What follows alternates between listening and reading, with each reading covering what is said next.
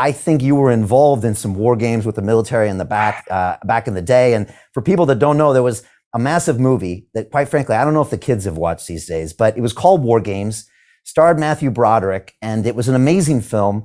Back when, films could take over the world for a little while, like Jaws and War Games. And it was this scenario, as I remember, where basically the US and Russia went to nuclear war because of the computer program that had simulated that nuclear war. And maybe it was our first look into AI, maybe, damaging our future, but it was a highly captivating movie. They were stuck in this bunker in a mountain in Colorado, which maybe you have been in.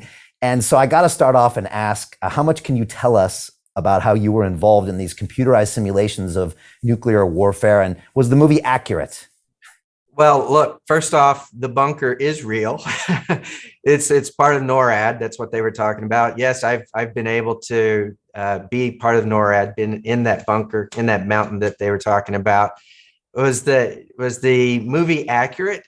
No, not at all. But having said that, it is true that the military builds simulators for missile defense. I was leading one of those programs, one of the major programs that made it possible for the United States to work with its allies and play war games to try and determine how to protect its population centers from incoming ballistic missile defense or ballistic missiles, right? It was ballistic missile defense that we were learning how to pursue as the military. And so it was a lot of fun, very interesting. And yeah, I normally tell the story about war games, and it's the first time that I've been interviewed that you've led with that somebody else has actually told the story. And it's you hit the nail on the head. It was very much like that in some ways, but in other ways, not at all.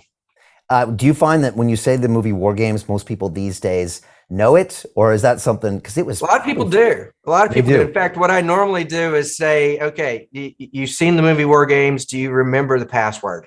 Right. And if people watch the movie, they might remember Joshua. That's right. That's right. That's the password. And yeah, exactly. Wow. You bring back memories. It was a really well-made movie with some great characters. And an amazing set. I was about to ask you if they actually were able to film at NORAD for the movie. No, NORAD looks nothing like the set. The set very much Hollywood, not real life. The set looks better than NORAD, I'm guessing. The set looks bigger. You don't take that size of a set, if you remember the giant screens and massive room, and put it inside of a mountain, right? That doesn't work. It actually sounds fictionalized that this place even exists, but I know it does. But it's a reminder. And I remember I grew up, in these times in the 80s where, that was one of the main things on Americans' mind was this potential nuclear war. And there were movies on television the day after. I don't know if you remember that movie that was and that terrified me as a kid. I had bad dreams. Freaked me out. Right. And it was really on American consciousness. It probably drove defense spending. Probably some of it was justified. Some of it we'll never know. Obviously, the Cold War ended, without firing a shot, but it's important, the work that you did there. And it's probably really important that we had all these facilities there, even if, the American public didn't know about them.